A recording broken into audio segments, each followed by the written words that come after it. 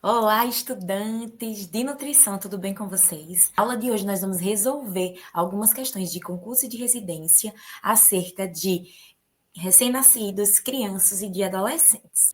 Primeira questão diz assim: as principais complicações dos vários tipos de intervenção nutricional durante a hospitalização do paciente pediátrico são terapia nutricional oral, enteral e parenteral, que ele está relacionada ao catéter ou relacionada às fórmulas parenterais. Entre as complicações dessas três terapias, marque a que está correlacionada com a terapia nutricional oral. Letra A, infecção local e sistêmica, hipervolemia. Letra B, perda de peso corporal, alteração de diurese, alteração hematológica e de coagulação, diarreia infecciosa e ou osmótica e ou distúrbios hidroeletrolíticos. Letra D, anemia multicarencial e deficiência de oligoelementos e ou vitaminas. Ou letra E, anemia multicarencial e hipoalbuminemia. Qual dessas alternativas é que está relacionada à complicação da terapia nutricional oral? Mas antes de responder, vamos revisar um pouquinho acerca desse conceito.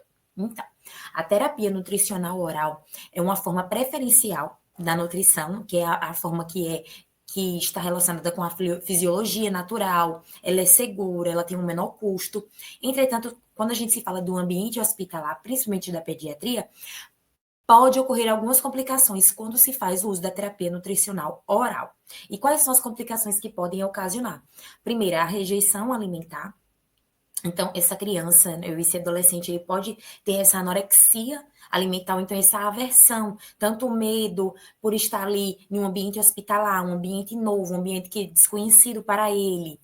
Outro fator, outra complicação é a ingestão inadequada de nutrientes, porque nem sempre essas necessidades energética e proteica estarão sendo ofertadas de forma precisa para essas crianças que muitas das vezes acabam chegando lá no ambiente hospitalar desnutridas e enfermas. Então, aqueles alimentos, de certa forma, acaba se tendo uma ingestão inadequada desses nutrientes, justamente por conta dessas patologias que esses pacientes pediátricos eles já chegam apresentando no ambiente hospitalar. Outra complicação é vômitos e náuseas, que pode estar bem comum aí, relacionado justamente a algumas patologias, que podem limitar essa ingestão alimentar via oral.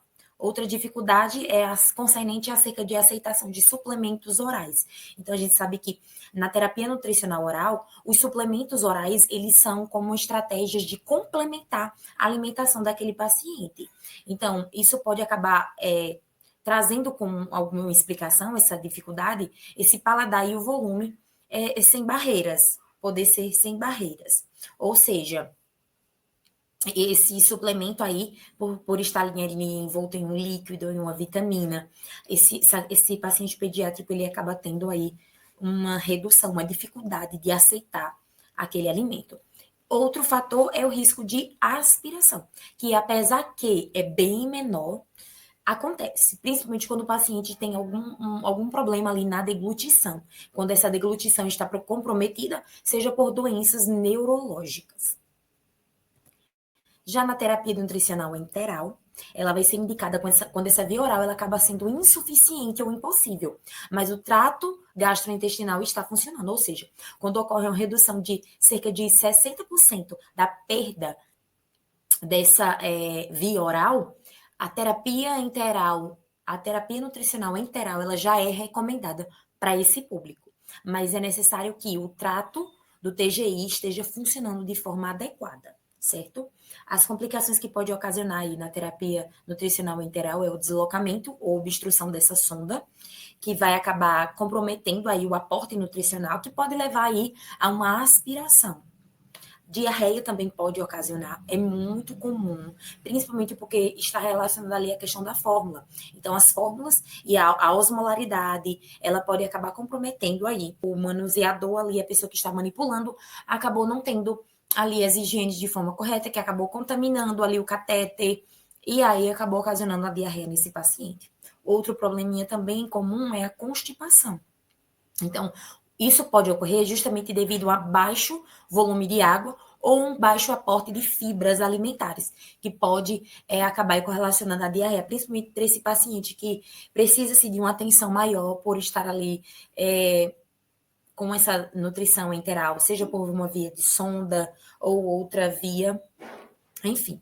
Outro problema que pode ocasionar é a aspiração pulmonar, justamente porque essas crianças, principalmente crianças com doenças neurológicas ou refluxo, elas têm uma dificuldade maior nesse quesito de deglutição, que pode acabar levando aí esse alimento lá para o pulmão. Irritação nasal ou esofágica, né? Dependendo aí da via, se é nasal ou se é esofágica. O uso prolongado dessas sondas pode causar, sim, essas lesões. Outro problema é hiperglicemia. Então, fórmulas com alto teor de glicose, de carboidratos simples, acabam gerando aí alterações metabólicas nesse paciente, que acaba elevando aí a glicemia. E, por último, é os desequilíbrios hidroeletrolíticos. Então, essa perda ou esse excesso de eletrólitos é conforme a tolerância aí dessa criança, que pode acabar desencadeando. Então, esses são alguns dos problemas da terapia nutricional enteral. Então, perceba que a terapia nutricional enteral, os problemas, eles já são bem diferentes da oral, né? A oral a gente viu que ali que é aquela rejeição alimentar, ingestão inadequada de nutrientes, que pode acabar levando a algum tipo de anemia, náuseas, vômito, dificuldade de aceitação. Então, esses são os problemas básicos, digamos assim, as complicações básicas, que também acabam levando aí para perca de peso para o paciente que está na terapia nutricional oral. Já a enteral, ela já vai ter uns problemas, digamos assim, maiores. Então, deslocamento das sondas, irritação por conta dessas vias da sonda, uma hiperglicemia, distúrbios hidroeletrolíticos, constipação, diarreia, um risco aí de broncoaspiração. Então, esses problemas já são maiores na terapia enteral. Na parenteral, quando é que se vai usar? Ela é utilizada quando, né, o TGI não está funcionando de maneira adequada, certo? E a terapia enteral já não está fazendo mais ali, digamos assim, o suporte necessário para que esse paciente venha ter uma alimentação devida. Então, é uma via que é complexa, tem altos riscos de complicações metabólicas, fisiológicas e principalmente relacionada aos catéteres. Então, relacionada aos catéteres, quais são as complicações? Infecções, trombose venosa e deslocamento do catéter, certo? Esses são os 3 maiores riscos relacionados aí na terapia, quando se fala da terapia nutricional parenteral via catéter. Relacionado já às fórmulas parenterais, nós temos algumas complicações. Dentre elas, nós temos distúrbios hepáticos, que são muito comuns em neonatais e crianças com TNP, alterações hidroeletrolíticas, lembra que também tem lá na enteral? Só que aqui as alterações já são maiores. Aqui já acaba ocasionando aí uma hipocalemia, ou seja, uma redução excessiva aí do potássio, uma hipernatremia, ou seja, um excesso de sódio, que pode estar relacionado aí a uma desnutrição, uma hiperglicemia ou hipoglicemia relacionados devido a essa infusão de glicose nas veias desse paciente, deficiências severas de micronutrientes, zinco, cromo, selênio, além disso também acidose metabólica ou alcalose, justamente devido a esses desequilíbrios metabólicos graves nesses pacientes, certo? Então, recapitulando a questão, ela queria saber quais eram as complicações na terapia nutricional oral. E a alternativa correta é a letra D, anemia multicarencial e deficiência de oligoelementos e vitaminas. Gente, a gente viu aqui que na terapia de nutricional parenteral, a gente vai ver essas deficiências. Só que a gente precisa olhar para as questões como um todo. E as questões de prova de concurso de residência, elas sempre acabam nos trazendo ali, sabe, uma pegadinha. Então, a letra diz assim, infecção local e sistêmica e hipervolêmica.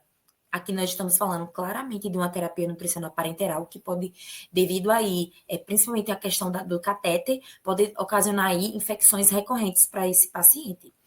Letra B, desperda de peso corporal. Poderia ser sim complicações relacionadas à terapia nutricional oral, por N razões, por esse paciente não estar conseguindo se alimentar, não estar aceitando, enfim. Alterações da diurese. Alterações da diurese, a gente viu aí que ocorre na terapia nutricional enteral, e ele traz aí alterações hematológicas e de coagulação. A gente já sabe que quando se fala sobre isso, né, quando está relacionado ao sangue, a gente lembra de parenteral. Letra C, diarreia infecciosa, osmótica e distúrbio hidroeletrolítico. Aí a gente já está falando de terapia nutricional enteral ou parenteral, certo? Porque vai ocasionar a diarreia mais comum na enteral, e já esses distúrbios hidroeletrolíticos, ele vai estar relacionado à enteral, assim como a parenteral. A letra D diz que é a correta, né? Anemia multicarencial, deficiência de oligoelementos e vitaminas. Então, como a gente viu, devido a essa dificuldade desse paciente de conseguir ali ingerir esses alimentos, principalmente aí devido às rejeições, vômitos, essa dificuldade de aceitação da suplementação oral, vai acabar ocasionando essas deficiências que podem levar a anemias, assim como deficiência de vitaminas. A letra E diz anemia multicarencial e a hipoalbuminemia. Poderia ser a letra E. Só que assim, ele diz que é uma complicação específica da terapia nutricional oral. A hipoalbuminemia não é específica da terapia nutricional oral. Ela é uma complicação que ela é mais voltada ali para a parenteral, certo? Próxima questão. Uma adolescente do sexo feminino, 14 anos de idade, foi submetida à avaliação nutricional na unidade do seu bairro. Então, esse adolescente tinha um peso 50 quilos, altura 1,45 m, IMC de 23,8, altura para a idade com percentil menor do que 3, e IMC para a idade um percentil maior do que 85, maior do que 85 e menor do que 97. Então, de acordo com as curvas de crescimento da Organização Mundial da Saúde, classifique a mais correta, indicando aí o estado nutricional dessa adolescente. Letra A.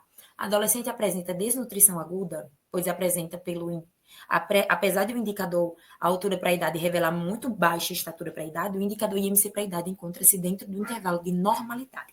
Então, será que essa adolescente aí está apresentando uma desnutrição aguda?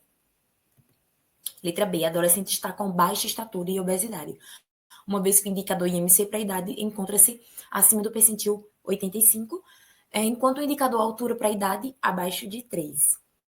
A adolescente apresenta desnutrição crônica, pois apesar do indicador altura para a idade revelar baixa estatura para a idade, o indicador IMC pode encontrar-se dentro do intervalo da normalidade. Letra D. A adolescente está com baixa estatura e sobrepeso, uma vez que o IMC para a idade encontra-se acima do percentil 85, enquanto o indicador para a autoridade está abaixo de 3. E letra E. Essa adolescente encontra-se com baixa estatura e obesidade grave, uma vez que o indicador IMC para a idade encontra-se acima do percentil 85 da curva e a altura para a idade está abaixo de 3. Letra A, B, C, D ou E. Aqui você precisa se lembrar. IMC. O IMC para adultos, IMC para adolescente e para adultos são iguais. A diferença se dá no IMC para idoso. Então, se você se lembrar do IMC de adultos para adolescente, você consegue perceber aqui que o IMC dessa adolescente não está indicando desnutrição. A gente já poderia riscar algumas alternativas. Então, letra A, que diz desnutrição aguda, não poderia ser. Letra B diz que essa adolescente, o IMC para a idade encontra-se em percentil e ela apresenta aí estado de obesidade. A gente sabe que sobrepeso é acima de 25 e obesidade acima de 30. Então, não poderia ser obesidade. Letra C diz desnutrição, a gente já corta, né? E a letra E diz obesidade grave, a gente já corta, porque obesidade grave aí seria no grau 3, acima de 40. Então, a gente já fica aí com a letra D no coração. Mas bora lá relembrar a questão dessa classificação nutricional do adolescente, de IMC para a idade e altura para a idade, porque o que poderia gerar dúvida seria isso, né? Como é que eu vou lembrar dessa classificação? Altura para a idade e IMC para a idade, certo? O que poderia gerar dúvida seria isso, se a questão cobrasse um pouco mais, digamos assim, difícil. De acordo com a OMS, o indicador IMC para a idade, com percentil menor do que 3, indica baixo peso. Perceba, altura para a idade menor do que 3 é baixo peso, ou seja, déficit crônico. Tá igual, né? Então, já vai indicar magreza. Quanto ao percentil 3 ao percentil 85, tá indicando a eutrofia nesse paciente, segundo o IMC para a idade. Eutrofia, certo? De 3 a 85, eutrofia. Percentil acima de 85 até 97, sobrepeso. Acima de 97, obesidade. Acima de 99, que seria obesidade grave. Certo? Isso vocês precisam lembrar bastante. Concernente ao indicador altura para a idade, nós só temos dois.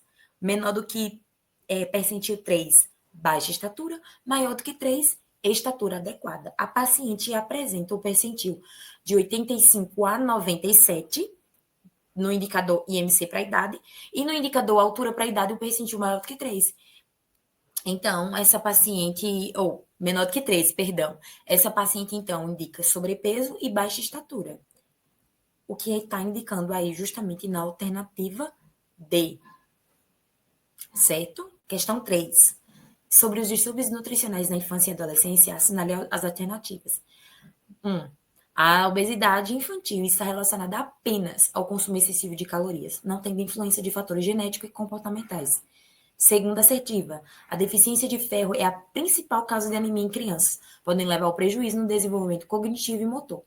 3. A desnutrição energética proteica grave inclui quadros de marasmo e caxiocó.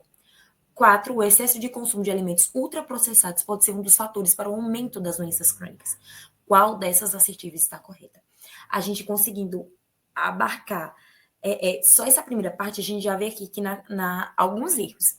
Ele diz assim, na assertiva 1, a obesidade infantil está relacionada apenas ao consumo excessivo de calorias, não tem influência com fatores genéticos.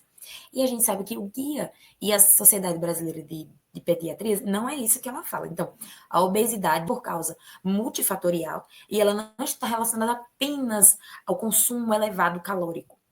Então, o que é que diz? Na Sociedade Brasileira de Pediatria e o Ministério da Saúde. A obesidade ela está relacionada a fatores genéticos, como história familiar de obesidade, o ambiente familiar e social, qual o ambiente que esse adolescente está inserido, no sentido de escola, né? Dependendo da faixa etária de idade. É um período na qual já está indo para festas, se confraternizando com os amigos. Então, essa questão de iFood, de receber comida em casa. Então, todos esses fatores sociais acabam interferindo, sim, causando, sim, a obesidade.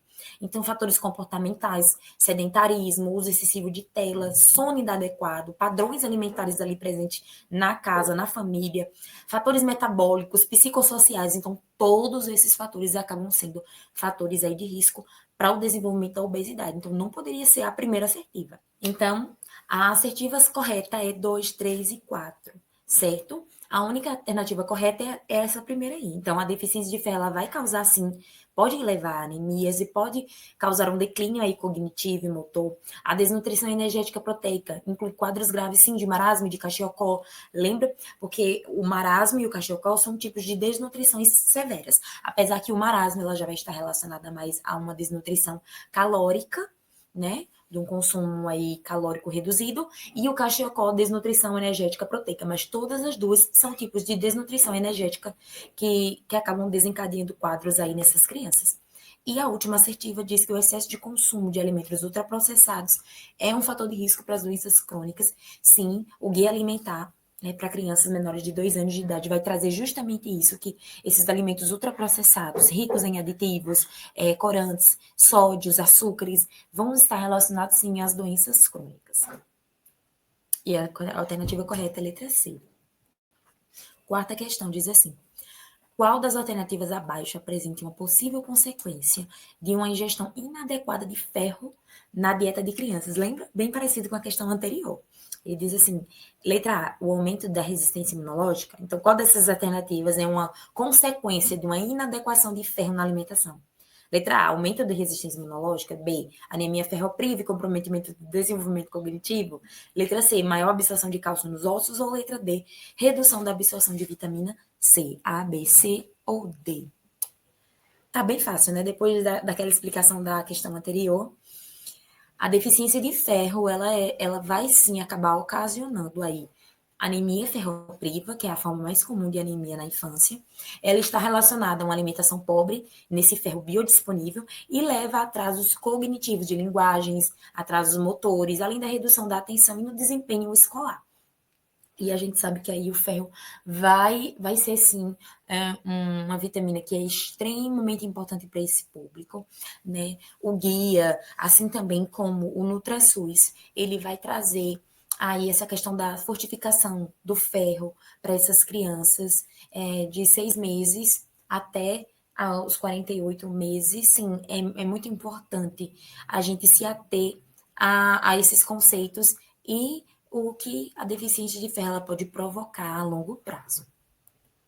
Não poderia ser a letra A, porque ele diz que sim, vai trazer o aumento da resistência imunológica, que seria a redução dessa resistência imunológica. A letra C não poderia ser, porque ele diz assim, uma maior absorção de cálcio. Na verdade, o ferro, ele acaba competindo com o cálcio. Então, vai ocorrer uma menor absorção de cálcio. E a letra D, ele diz uma redução da absorção de vitamina C. Não seria exatamente isso? Por que a questão traz isso e poderia causar uma série de dúvidas? Nós temos o ferro M, que é o ferro férrico, né? O Fe mais 2. E nós temos o ferro não M, que é o ferro férrico mais 3. O ferro M é de origem animal e o ferro não M é de origem vegetal. O ferro M é um ferro que é mais absorvido pelo corpo, de fácil absorção. Já o ferro não M, ele tem que ser convertido na forma ferrosa. E aí, o ferro não M, para a sua digestão ocorrer com uma maior, digamos assim, rapidez, é necessário aí o consumo associado da vitamina C, certo? Então, a vitamina C, ela vai ajudar aí nessa questão da absorção. Então, é o que poderia gerar uma dúvida em você é justamente concernente a esse conceito, que na ingestão do ferro não M é interessante aí a associação da vitamina C, certo? E quando não há, poderia haver aí a redução dessa absorção, mas seria da absorção de ferro, e não especificamente da vitamina C, certo? Eu espero que vocês tenham conseguido compreender essa questão. Quinta questão. Avalie as afirmativas abaixo sobre o cuidado do nutricional na infância. A amamentação, assertiva 1, a amamentação não favorece a imunidade, pois a proteção do bebê depende unicamente de fatores externos. Será? Segunda assertiva, a introdução gradual de alimentos variados amplia a oferta de sabores e nutrientes, ajudando no desenvolvimento. Terceira, a falta de micronutrientes pode prejudicar o desenvolvimento cognitivo, pois o cérebro necessita de suporte nutricional adequado. Gente, a gente tá falando muito e tá repetindo muito sobre esse conceito, certo? Prestem atenção. As bancas, elas são bancas diferentes, né? E elas acabam repetindo certas coisas. Quarta, assertiva. A ingestão proteica insuficiente não interfere no crescimento, pois o organismo encontra outras rotas de compensação. Qual dessas alternativas está correta? Pausem o vídeo para responder. Logo após, vem para a explicação. Bora lá. O leite materno, ele traz aqui que não favorece a imunidade. Gente, a gente sabe muito bem que o leite materno é essencial para a imunidade, porque ele contém anticorpos que são fundamentais aí para desenvolver um sistema imunológico resistente e saudável para essa criança. Então, contém anticorpos como IgA, secretora, contém fatores antimicrobianos, né, como a lactoferrina, a lisozima, dentre outros fatores. E também o leite materno ele acaba reduzindo o risco de doenças infecciosas, diarreia, otites, infecções respiratórias, dentre outros problemas. Não poderia ser a assertiva 1. A assertiva 2 está correta, porque ela traz que a introdução gradual dos alimentos variados amplia a oferta de sabores e de nutrientes, ajudando no desenvolvimento. E é justamente isso que o guia de alimentação para crianças até 2 anos de idade ela vai trazer, assim como a Sociedade Brasileira de Pediatria, que é a amamentação e a introdução, né, desses alimentos a partir dos 6 meses de idade amplia o repertório de sabores, de texturas, estimula o desenvolvimento neuropsicomotor e social dessa criança, fornece nutrientes essenciais para essa criança, já que o aleitamento materno sozinho, ele não consegue, a partir desses meses, ele não consegue mais ser predominantemente trazer todos os nutrientes para o crescimento e desenvolvimento daquela criança, certo? Apesar que as recomendações trazem que o aleitamento materno deve ser feito até aí os 2 anos de idade, se possível, certo? Terceira alternativa também está correta, porque essa falta de micronutrientes vai acabar prejudicando, causando sérios problemas como os déficits cognitivos e motores, pior desempenho escolar, maior vulnerabilidade para o risco de infecções, certo? E um declínio aí desse sistema imunológico. Então, precisa-se que essa criança tenha aí esse suporte, né, desses micronutrientes, principalmente zinco, ferro, iodo, vitamina B12, ácido fólicos, que são fundamentais para esse desenvolvimento cerebral da criança. E a última assertiva, ele está totalmente equivocada, porque ele diz que a ingestão de proteínas não é suficiente, né? Eles dizem que a ingestão proteica insuficiente não interfere no crescimento, e a gente sabe que sim, as proteínas elas são fundamentais para conferir o crescimento aí desse adolescente, dessa criança, então o crescimento linear, um ganho de massa corporal adequado. Se for sim uma proteína de alto valor biológico, vai conferir manutenção nos tecidos, formação de enzimas, de hormônios, e essa deficiência de proteína pode ocasionar uma desnutrição energética proteica, como uma caxiocó, quando ela se encontra grave, certo? E aí a alternativa correta é a letra C, a assertiva 2 e 3 correta, e a 1 e a 4 que estão incorretas. Próxima.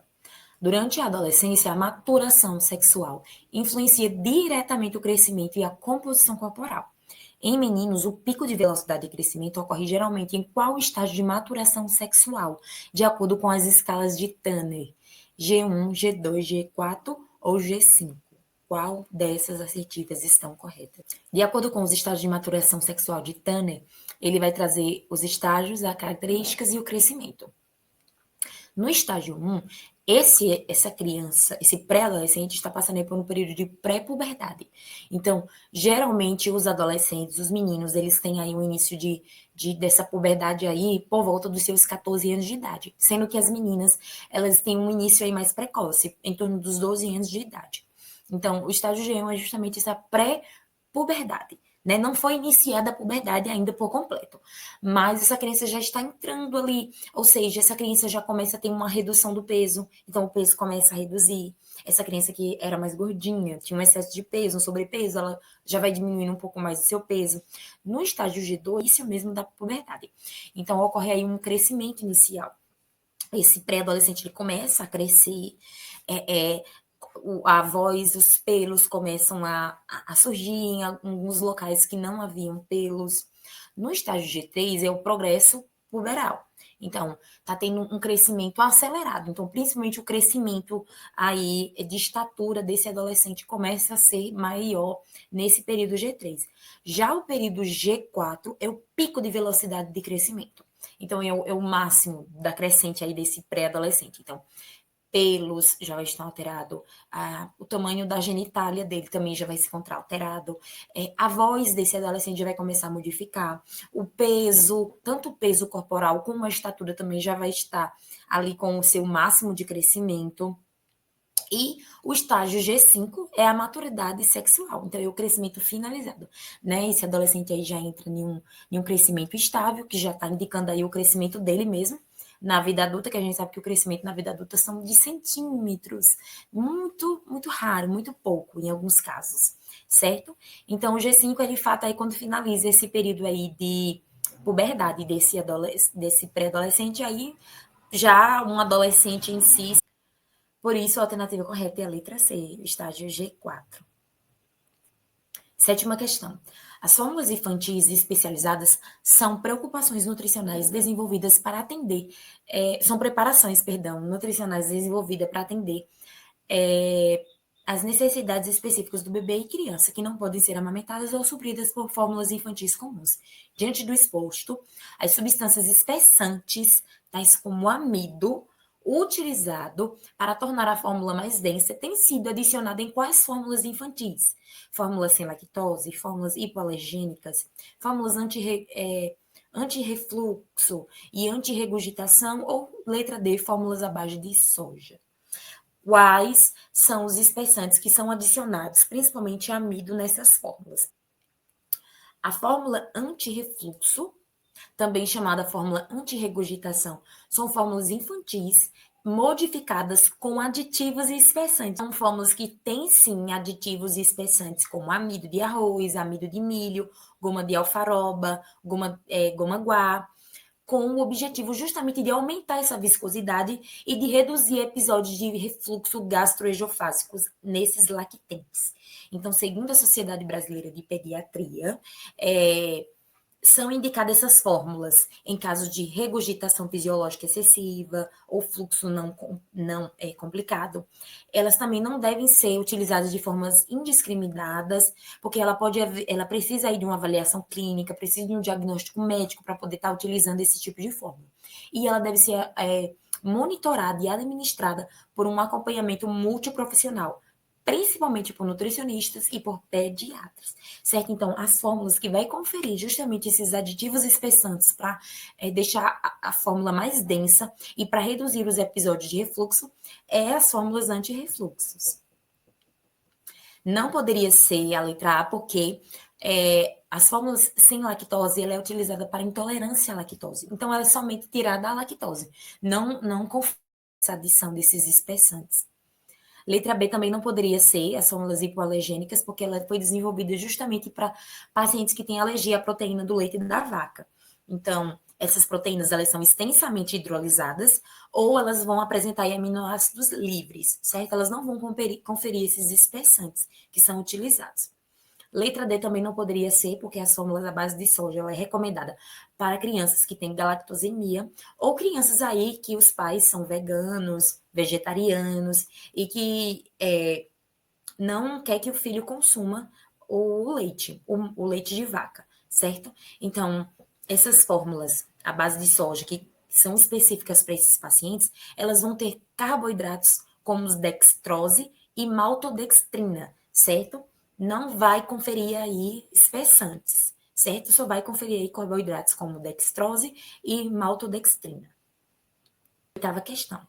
De acordo com o tempo que as crianças permanecem na escola realizando refeições, estabelecendo uma rotina, a estratégia de fortificação de alimentação infantil com micronutrientes em pó, é implantada em creches participantes do potencializando a capacidade da escola, abrangendo crianças a partir de idade. Em qual desses programas que é implementados nas creches, juntamente aí com um programa específico, para potencializar essa capacidade de uma nutrição ampliada dentro das escolas, que vai abranger um certo público de crianças. Seria letra A, Fundo Nacional de Desenvolvimento de Educação, a partir de crianças de 4 meses, Extrata Forte, do Ministério da Saúde e da Educação, 4 meses. Letra C, NutriSUS, programa implantados em creches, participantes do programa de saúde de escola, a partir de crianças de 6 meses de idade. Ou letra D, intramicro, né? Então, essa estratégia é um intramicro, de acordo com o Programa Estadual de Ensino Básico, para crianças de 8 meses de idade. Ou letra E, inframicro, que é um programa nacional de alimentação escolar, que está em parceria com esse Programa Nacional de Alimentação Escolar, a partir de crianças de 1 ano de idade. Qual dessas alternativas é a correta? Então, o NutriSUS é uma estratégia do Ministério da Saúde para a prevenção de carências nutricionais, principalmente anemia, deficiência de ferro, deficiência de vitamina A, iodo, dentre outras vitaminas, que esse programa, que essa estratégia, ela vai oferecer para crianças. Então, vai consistir na fortificação dessa alimentação com sachês de múltiplos micronutrientes em pó. Então, é um programa do Ministério da Saúde que é desenvolvido para levar para as escolas. Então, está vinculada aí com o programa de saúde nas escolas. Então, através de sachês com esses múltiplos micronutrientes, vai ser adicionada aí na alimentação dessas crianças, com o objetivo justamente de reduzir anemia ferropriva, deficiências de crescimento e desenvolvimento dessas crianças, assim como outras deficiências nutricionais. Entretanto, precisa-se até que existe um público-alvo, e o público-alvo são crianças de 6 a 48 meses de idade, matriculadas em creches públicas vinculadas ao programa de saúde nas escolas, certo? Além disso, como é que funciona essa logística, essa distribuição desses sachês? Então, o Ministério da Saúde vai encaminhar para as secretarias municipais de saúde, né, esses sachês, que vão ser encaminhados tanto para atenção primária à saúde, nas unidades básicas de saúde, como também armazenadas especificamente nas creches. Quando são levadas para essas unidades básicas de saúde, elas serão encaminhadas sim para as creches, para que ocorra ali o armazenamento e a administração desses sachês, certo? Como é que vai ser utilizado? Como é que vai ser a posologia? Então, vai ser um sachê por dia, misturado na alimentação, que vai ser administrado por 60 dias consecutivos, com um intervalo de 4 meses, totalizando em até 3 ciclos por ano, certo? Então, acontece em 3 vezes ao ano essa administração desses sachês. Então, o que é que vai conter? Qual vai ser a composição desses sachês? Vai ter ferro, zinco, vitamina A, vitamina C, ácido fólico, iodo, cobre, vitamina D, vitamina B12 e niacina, que são vitaminas específicas para o crescimento e para o desenvolvimento, principalmente cognitivo, dessas crianças. Como é que vai acontecer? Eu teria aqui um print justamente desse material, explicando como é que acontece. Então, é servido a alimentação ali nas creches, então vai ser misturado, esse pó vai ser acrescido ali naquela alimentação, vai ser misturado, e ali vai ser ofertado para aquela criança de forma imediata, certo? E ele traz aqui que não deve ser misturada com alimentos líquidos, ou seja, água, leite, suco, não deve ser colocada em alimentos extensamente duros, então biscoitos, bolachas, pão, esses alimentos assim mais sólidos e duros de mastigar, não devem ser acrescidos. E não deve também ser aquecido. Então, a alimentação já pronta é que esses sachês, eles devem ser adicionados na alimentação, certo? Então, a alternativa correta é a letra C, NutriSUS, que é o programa de estratégia de fortificação de alimentação infantil com micronutrientes em pó, que vai estar ali associado juntamente em parceria com o programa de saúde nas escolas e para crianças de 6 a 48 meses. Nona e última questão diz assim, a nutrição na primeira infância é decisiva para a saúde ao longo da vida. Acerca das recomendações para a amamentação bem-sucedida, o Guia de Alimentação para Crianças Brasileiras Menores de 2 anos de idade classifique as assertivas abaixo. A primeira assertiva, o rosto da criança deve estar próximo e de frente para a mama, com o nariz na frente do mamilo. Segunda, são sinais de pega adequada. Boca bem aberta, lábios virados para fora, queixo encostado na mama, a auréola mais visível acima do queixo, abaixo da boca do bebê. Terceira, dividir o tempo na mesma mamada entre as duas mamas. E, por último, suspender a amamentação em caso de mastite. Qual dessas alternativas é verdadeira ou falsa? Pause o vídeo para poder responder. Eu trouxe aqui para vocês essa tabela dos sinais da pega adequada. Quais são os sinais observados e quais são as indicações? Então, o primeiro sinal deve ser observado por uma pega adequada. Boca bem aberta. Esse bebê precisa estar com a boca bem aberta, com um ângulo aí maior do que 120 graus. E essa mãe deve estimular, através do seio, do bico, ali da auréola, para que essa criança abra bem a boca e encontre o seio da mãe. Segundo sinal, lábios virados para fora. Quando essa criança encontrar o peito e ela conseguir ali abarcar, os lábios dela precisam estar evertidos. Então, boca como se fosse a boquinha de um peixe. Então, ela precisa estar bem selada à mama, bem encostada. O segundo sinal, o queixo tocando a mama. Então, o queixo desse bebê precisa estar encostado ali na mama. A aproximação adequada, indicando que a pega foi profunda e foi feita de forma correta.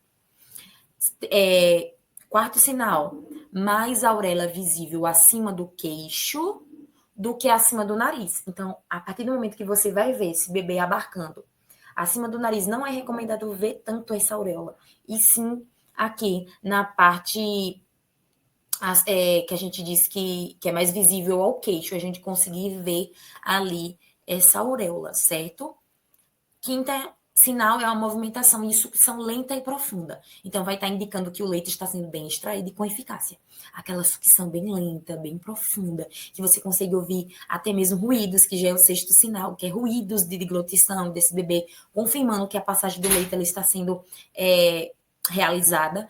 E sétimo sinal, que é a ausência de dor na mama, que é um sinal claro da pega correta. Essa mãe não pode sentir dor, não pode sentir incômodo, certo? Aqui nessa imagem eu trouxe para você justamente essa questão da auréola. Perceba aqui, ó, o queixinho encostado, os lábios invertidos, o narizinho aqui tocando. A auréola não está visível na parte de cima, e sim na parte mais do queixo. Aqui uma pega totalmente incorreta. Então, a pega incorreta, aqui a gente consegue, eu trouxe para vocês nessa tabela, os sinais observados. Então, o bico do peito achatado, machucado, lábios enrolados para dentro, tá vendo? Ruído de estalo ou bochechadas encovadas. Então, você vai com aquele estalo, né? Indicando que a sucção está sendo ineficaz e está tendo entrada de ar, o que pode causar nesse bebê aí gases, desconfortos, dor durante a mamada indica que está tendo uma pega correta, ou então está tendo fissuras. E fissuras também são indicações de pega incorreta. Pouco ganho de peso do bebê, que está indicando a ingestão insuficiente desse leite, certo? Não existe leite fraco, não existe leite insuficiente, existe pega inadequada. E aí, a alternativa correta é a letra D. Somente as duas últimas assertivas estão incorretas. Por quê? Porque ele traz que dividir o tempo da mesma mamada entre as duas mamas. E não, o guia não traz essa recomendação. Ele recomenda que deixar essa criança à vontade quanto ao tempo da mamada, certo? É lógico que a mãe precisa estar seios, né? Colocando no direito, depois no esquerdo, mas esse tempo ele não precisa ser especificado, certo? E a última diz assim que suspender a amamentação em caso de mastite. Não. Em caso de mastite, não precisa suspender a amamentação.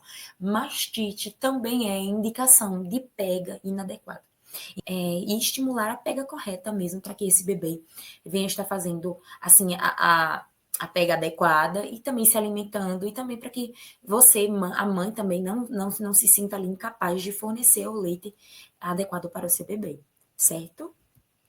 Aqui eu trouxe para vocês as referências bibliográficas que foram utilizadas: Cupari, Sociedade Brasileira de Diabetes, Sociedade Brasileira de Alimentação e de Nutrição, da Braskem, Vitolo, Aciolo, Ministério da Saúde, tanto entre outras recomendações. Eu espero que vocês tenham gostado. Até o próximo vídeo, que eu vou estar trazendo aqui para vocês. Tchau, tchau.